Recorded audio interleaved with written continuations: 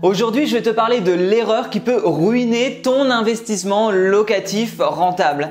Tu vas voir, tu peux acheter le parfait bien et pourtant si tu fais cette erreur, honnêtement, ça va juste ruiner cette rentabilité parce qu'on entend souvent parler de plein d'erreurs. Tu sais, tu as le top 10 des erreurs à ne pas faire dans l'investissement locatif. Alors ça va être attention à l'emplacement, attention à choisir le mauvais locataire, attention à acheter au-dessus du prix du marché, attention à choisir le mauvais artisan. Bref, tu as plein d'erreurs comme ça qui sont assez, alors je vais pas dire logiques, mais effectivement il faut faire attention. Mais il y en a une, on en parle beaucoup moins, c'est beaucoup moins mis en avant et pourtant, à ma connaissance, je sais que des personnes ont eu des problèmes et j'ai personnellement été touché par cette erreur. Donc je vais t'en parler et débriefer qu'est-ce qui peut se passer, comment faire et comment faire en sorte que ça ne t'arrive pas. Attention, roulement de tambour, cette erreur c'est les voisins. Alors là, je te vois là en train de te dire les voisins, mais qu'est-ce qu'on s'en fout des voisins? Non, parce qu'en fait, les voisins, ça peut complètement ruiner un investissement. Ça peut te faire fuir littéralement tes locataires. Alors pour t'expliquer un petit peu, je vais te donner deux exemples concrets qui sont arrivés et qui montrent que les voisins peuvent faire fuir des locataires. Et puis à la fin de cette vidéo, je te donnerai aussi deux conseils pour que ça ne t'arrive pas et que tu ne te projettes pas sur un appartement avec des problèmes de voisinage. Je t'expliquerai moi comment je fais aujourd'hui pour éviter que ça m'arrive. Avant ça, n'oublie pas, tu peux t'abonner à ma chaîne YouTube et télécharger mon guide gratuit des villes les plus rentables en France pour faire de la colocation. Le lien est juste en dessous de la vidéo. Et si je connais bien le problème des voisins, c'est que j'ai clairement eu ce problème avec l'une de mes colocations. Ça a été absolument l'enfer. Je sais pas si tu avais vu cette vidéo, j'avais fait une vidéo sur mes locataires sont partis à cause des voisins. Tu la retrouveras là, j'explique en détail, mais en gros, j'avais donc acheté un appartement, refait à neuf. Les travaux se passent en journée, bien évidemment. En plus, là, c'était un dernier étage, un troisième et dernier étage. Et puis, si tu veux, quand j'étais allé pour meubler l'appartement, je n'ai pas pu dormir la nuit. Je n'ai pas pu dormir parce que à partir de 23 h, il y avait une musique mais de fou qui était arrivée d'un coup. Il y avait des cris, des hurlements, le plancher tremblait. Je ne savais même pas de quel appartement parce que c'était pas celui du dessous. Donc je savais même pas d'où venait ce bruit, mais c'était juste dingue. Et d'ailleurs, souviens-toi, j'avais passé un extrait de ce que dans ma vidéo précédente, mais un extrait de ce que j'entendais dans la chambre où j'étais censé dormir à 1 h du matin.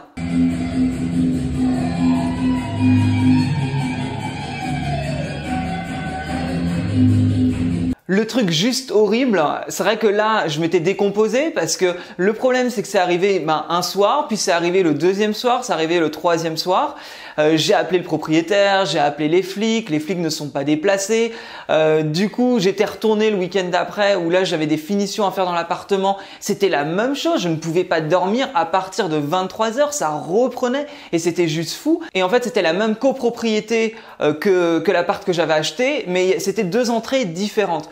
Donc j'avais réussi à aller dans l'autre immeuble, j'avais été voir, mais franchement, le bruit était tellement dingue, les gens semblaient tellement hurler et c'était pas forcément avec de la bienveillance ou de la joie, c'était même un peu chelou. J'avais pas osé frapper et aller voir ce qui se passait.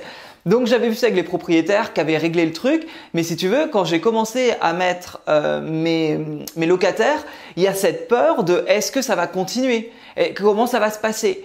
Et en fait, je me suis retrouvé avec plein de petits problèmes. C'est-à-dire que cette histoire-là s'était calmée. Il se trouve que c'était le fils de la famille. Les parents étaient partis en vacances et le fils a profité du mois dans l'appartement pour faire des soirées façon Projet X. Mais j'ai eu d'autres problèmes que je n'avais pas forcément anticipés. Dans l'une des chambres de ma coloc, il y avait un problème de voisinage. Un couple qui, sous l'effet de l'alcool, se hurlait dessus la nuit jusqu'à à la limite se taper dessus. Et là, c'était très très compliqué parce que j'ai eu des locataires qui avaient cette chambre-là qui disaient je peux pas dormir la nuit, j'arrive pas à dormir, ça hurle jusqu'à 7 h, 8 h du matin. Là, c'était très compliqué et j'avais une autre chambre où là, c'était les fils de la voisine du dessous qui jouaient aux jeux vidéo toute la nuit et qui avaient tendance à s'exprimer assez grandement quand ils jouaient aux jeux vidéo à 4 h du matin. Autant te dire que niveau problème sonore avec le voisinage, j'étais absolument gâté. C'était juste fou ce qui se passait. Vu que c'était le même propriétaire qui avait ses différents locataires puisqu'il avait plusieurs appartements dans la copropriété, au moins j'avais qu'une personne à joindre. Mais on va dire qu'il se bougeait pas non plus énormément. mais il faisait quand même le nécessaire pour leur passer des coups de fil, etc.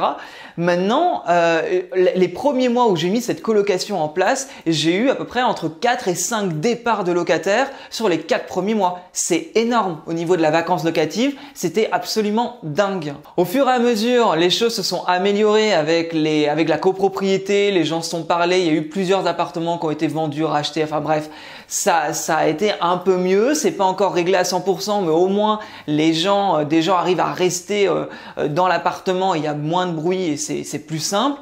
Mais honnêtement, au début, j'ai pensé revendre l'appartement. Je me suis dit, je vais pas garder un appartement où j'ai un départ tous les mois. C'était pas possible de recevoir des messages le matin. J'ai pas pu dormir cette nuit, j'ai pas pu dormir, je suis fatigué pour aller au travail. Faites quelque chose. Enfin, c'était juste dingue d'avoir ça, quoi. Et dernièrement, j'ai aussi eu un ami qui m'a raconté les galères qu'il a pu avoir avec un voisin.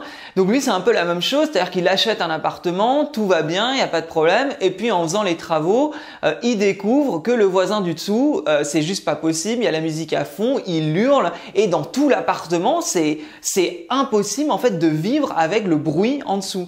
Il découvre, alors je résume l'histoire, hein, mais il découvre que ce mec est un ancien détenu, qu'il était en prison et que c'est plutôt un délinquant. Et là en fait, qu'est-ce que tu fais en fait quand tu réalises que ton voisin, c'est pas du tout celui que tu pensais. Ça peut, honnêtement, comment tu peux mettre des gens dans un appartement si tu sais que toutes les nuits, il y aura, les nuits, et puis là c'est en journée, il y aura un bordel de fou et ça ne s'arrêtera pas parce que là, les gens, qu'est-ce qu'ils font? Ils mettent leur préavis et un mois plus tard, ils sont barrés, tu vois. Donc c'est vraiment un problème et lui par exemple quand il avait commencé à demander aux voisins, enfin pas celui du dessous mais aux autres voisins et même au marché dans la rue qu'est-ce qu'il pensait de la copropriété, enfin au magasin qui était au pied de l'immeuble, on lui a dit si vous nous aviez demandé, on vous aurait dit de surtout pas acheter cet appartement au-dessus de ce mec-là parce que c'est juste pas possible à vivre. Et là, tu te rends compte qu'il y a des choses absolument à faire quand tu investis dans l'immobilier et on n'en parle pas assez, mais il y a des choses à vérifier qui sont autres que le bon emplacement, autres que le problème des artisans ou que le banquier. Du coup, j'ai 2 conseils à te donner par rapport à ça. Le premier, c'est d'aller voir les voisins, tout simplement. C'est-à-dire que tu vas peut-être tomber sur les voisins bruyants, ça va pas forcément t'aider. Mais essaye d'aller voir dans la copropriété, d'aller frapper aux portes et d'aller demander aux gens comment se tient la copropriété. Est-ce que les gens s'entendent bien? Est-ce que c'est bruyant? Est-ce que les murs sont plutôt épais? Ou alors l'insonorisation est plutôt moyenne? Ça pourra t'aider d'ailleurs pour les travaux parce que si on te dit oui l'insonorisation est moyenne, tu vas faire en sorte toi avec ton artisan de faire une insonorisation bien meilleure, donc de travailler l'insonorisation en tout cas. Donc tu vois déjà une première chose c'est de prendre la température dans la copropriété avec les voisins directement et n'essaye pas d'aller en voir qu'un seul, va en voir plusieurs pour avoir plusieurs sons de cloche. Donc ça c'est une première chose qui pour moi est maintenant essentielle, c'est-à-dire que je fais toujours en sorte soit ouvertement avec l'agent immobilier qui me fait visiter l'appartement, je lui demande si on peut de frapper aux portes parce que j'ai 2-3 questions à poser aux voisins et souvent j'explique ce qui a pu m'arriver pour qu'ils comprennent ma démarche. Soit je retourne dans la copropriété si je sonne quelque part, on me fait rentrer au niveau de la porte et je vais demander dans la copropriété moi-même et tout seul. Donc ça c'est la première chose. Et la deuxième chose, ça va être de se renseigner auprès du syndic par exemple. Alors le syndic, si c'est par exemple un syndic bénévole, le syndic bénévole, c'est quasi tout le temps, enfin c'est même tout le temps quelqu'un qui vit dans la copropriété. Donc c'est quelqu'un qui gère les problèmes dans la copropriété. Là, c'est clair, tu auras une réponse. C'est ce que j'ai eu avec l'un de mes appartements. La personne qui gérait le syndic, c'était ma voisine du dessus. Donc de l'appartement que j'achetais, c'était la voisine du dessus. Forcément, cette personne-là a pu m'expliquer exactement qui étaient les différentes personnes dans l'immeuble et en quoi c'était rassurant ou pas rassurant. Et là c'était même très rassurant. Donc par exemple, et ça c'est une chose, ou demander au syndic professionnel de voir s'il y a eu des litiges, s'il s'est passé des choses. En tout cas aussi prendre la température auprès du syndic. Une fois que tu as les deux, on va dire au vert, que les deux signaux sont verts, tu peux y aller. Mais si tu vois qu'il y a des problèmes, vraiment creuse pour voir qu'est-ce que ça peut être comme problème. Parce que imagine, t'achètes un superbe appart. Pour toi, c'est l'affaire du siècle. Peut-être que c'est l'affaire du siècle parce qu'en fait, les gens ne peuvent pas y vivre parce qu'il y a des gros problèmes au niveau de la copropriété.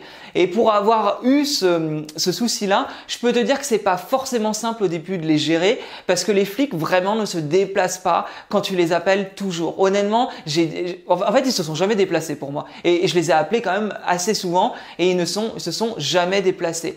Donc devoir gérer ça avec le propriétaire des locataires qui posent souci, c'est compliqué. Surtout que encore faut-il avoir le numéro du propriétaire. Et puis quand les locataires sont propriétaires, comment tu gères le problème? Donc vraiment ne minimise pas cette erreur qui peut, à mon sens, ruiner un investissement immobilier locatif.